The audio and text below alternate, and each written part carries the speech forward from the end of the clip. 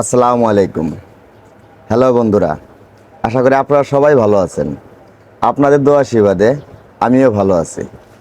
আপনারা ভিডিও থাম্বনেলটি দেখে বুঝতে পারছেন এই ভিডিওতে আমি আপনাদের সামনে কোন প্রোডাক্টটি নিয়ে আলোচনা করব। বুঝতে পারছেন না? বুঝতে পারছেন। আমি তবুও বলি, স্ক্রিনে দেখতে পাচ্ছেন একটি সিরাপ, নাম হলো অ্যাডোবাস। এই সিরাপটি নিয়ে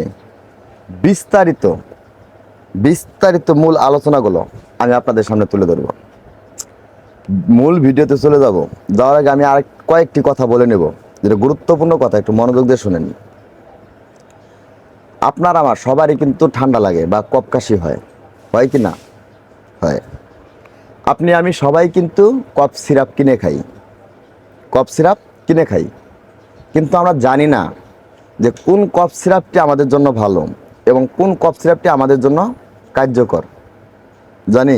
আমরা কিন্তু অনেকেই জানি না। আমি এই ভিডিওতে এই অ্যাডোবাস সম্বন্ধে বলবো। এই ভিডিওটি দেখলে আপনার মনে হবে যে এই অ্যাডোবাস সিরাপটি আপনার জন্য প্রযোজ্য কিনা।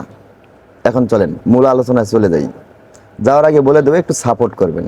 আর ইউটিউব চ্যানেল থেকে দেখে থাকলে অবশ্যই একটি লাইক দিয়ে সাবস্ক্রাইব করে বেল আইকনটা প্রেস করে দেবেন, যেন ভিডিও ছাড়া মাত্রই সবার আগে আপনি পেয়ে যান।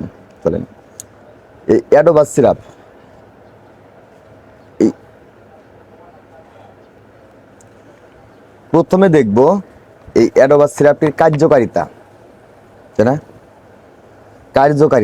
মানে অ্যাডোবাস সিরাপটি আপনারা কেন সেবন করবেন, ঠিক আছে? তারপরে দেখব এটা খাবার নিয়ম, আপনারা এই সিরাপটি কি পরিমাণে সেবন করবেন। তারপরে দেখব, মানে সবার লাস্টে দেখব এর পার্শ্ব প্রতিক্রিয়া। আপনারা মনোযোগ দিয়ে শুনে নেন। এই কার্যকারিতা এবং পার্শ্ব প্রতিক্রিয়া এবং ডোজ, এই তিনটা জিনিস যদি আপনি ভালো করে জানতে পারেন, তাহলে পুরো ফার্মেসিম্যানকে আপনাকে জিজ্ঞাসা হবে না যে এই সিরাপটি দেন, আমি এই সিরাপটি কিভাবে খাবো, আমাকে একটু বুঝিয়ে দেন। ঠিক আছে? তাহলে চলেন, কার্যকারিতা। আপনারা অনেকেই বলেন ঠান্ডা লাগছে। এই ঠান্ডা লাগার কারণে বুকে জমাট বাঁধা একটা কাশি আটকে। এই কাশিটা আপনারা কেউ চান যে ভিতর ডাবিয়ে ফেলতে, আবার কেউ চান তরল করে বের করতে। যারা তরল করে বের করতে চান তাদের জন্য এই অ্যাডোবাস সিরাপটি। তাহলে আপনারা বুঝতে পারলেন যে বুকে জমাট বাঁধা কাশি তরল করে বের করতে এই অ্যাডোবাস সিরাপটি প্রচুর কার্যকরী। বুঝতে পারছেন না? বুঝতে পারছেন। আরেকটি দেখব, শুষ্ক কাশি। আপনারা অনেকেই কিন্তু আমাদের কাছে রুগী আসে এবং আপনারাও কমেন্ট করেন, আপনারাও এই সমস্যা পড়েন, যেটা কিছু লোকের দেখবেন অযথা কাশলে কোনো কফ নেই, কোনো কিচ্ছু নেই, খালি খুকুর কেসেই থাকে, যাকে আমরা শুষ্ক কাশি বলে থাকি। এবং আপনারাও বলেন শুকনা কাশি, বলেন না? বলেন। এই শুষ্ক কাশির জন্য আপনার এই অ্যাডোবাস সিরাপটি প্রচুর কার্যকরী, পর্যাপ্ত পরিমাণে কার্যকরী। বুঝতে পারছেন? তাহলে তরল করে বের করতেও কার্যকরী, শুকনা কাশি ক্ষেত্রেও কার্যকরী। ঠিক আছে? আবার অনেকেই বলেন যে আমার ঠান্ডা লাগলে নিঃশ্বাস নিতে কষ্ট হয়, শ্বাসকষ্ট হয়। আপনার যখন এই কফের কারণে শ্বাসকষ্টটা হবে, তখন যদি আপনি এই সিরাপটি সেবন করেন, আপনার সেই শ্বাসকষ্ট থেকে আপনি আরাম পাবেন। বুঝতে পারছেন? যখন আপনার কফের কারণে বা ঠান্ডা লাগার কারণে কোনো কাশি হবে, তখন যদি আপনি এই সিরাপটি সেবন করেন, আপনার এই যে ঠান্ডা লাগার কারণে যে কাশিটি হয়েছে বা নিঃশ্বাস নিতে কষ্ট হচ্ছে, আপনি এই সিরাপটি সেবন করলে সেই থেকে আরাম পাবেন। বুঝতে পারছেন? আচ্ছা, এখন অনেকেই আপনারা আমার মাঝে দেখবেন বর্তমান অনেকেই ধূমপান করেন, অনেকেই প্রচুর পরিমাণে ধূমপান করেন। এই ধূমপান করার কারণে অনেকেরই কাশি হয় কি না? হয়। এই ধূমপানজনিত যে কাশিটি হয়, এই কাশি থেকেও আপনি এই সিরাপটি সেবন করলে প্রচুর আরাম পাবেন বা কাশি ভালো হবে। বুঝতে পারছেন? ধূমপানজনিত কাশি থেকেও আরাম পাবেন। আবার অনেকেই দেখবেন যে প্রচুর কাশে, কিন্তু কাশতে গলার কণ্ঠ চেঞ্জ হয়ে গেছে। কাশতে কাশতে গলার কণ্ঠ চেঞ্জ হয়ে গেছে।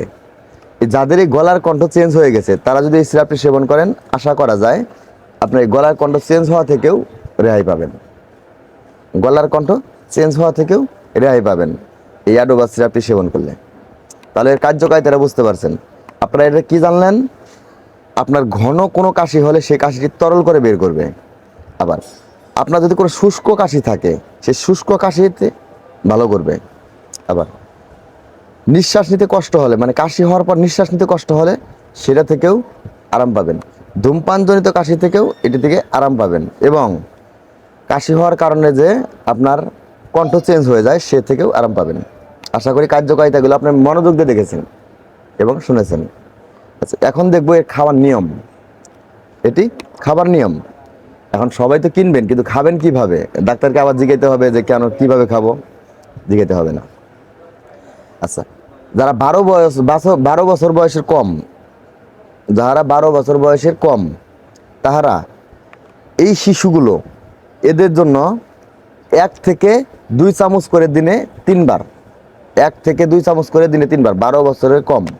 তাই বলে একবারে ছোট্ট বাচ্চা বেবি এগুলো না, 12 বছরের কম। বুঝতে পারছেন? 12 বছরের কম থেকে 1 থেকে 2 চামচ দিনে 3 বার এটি খাওয়ার পরে পানি সেবন করবেন না। ঠিক আছে? 1 থেকে 2 বার, 1 থেকে 2 চামচ দিনে 3 বার, অথবা 5 থেকে 10 মিলি। আপনারা কিন্তু জানেন 1 চামচ সমান সমান 5 মিলি। ঠিক আছে? 10 চামচ সমান সমান 10 মিলি সমান সমান 2 চামচ।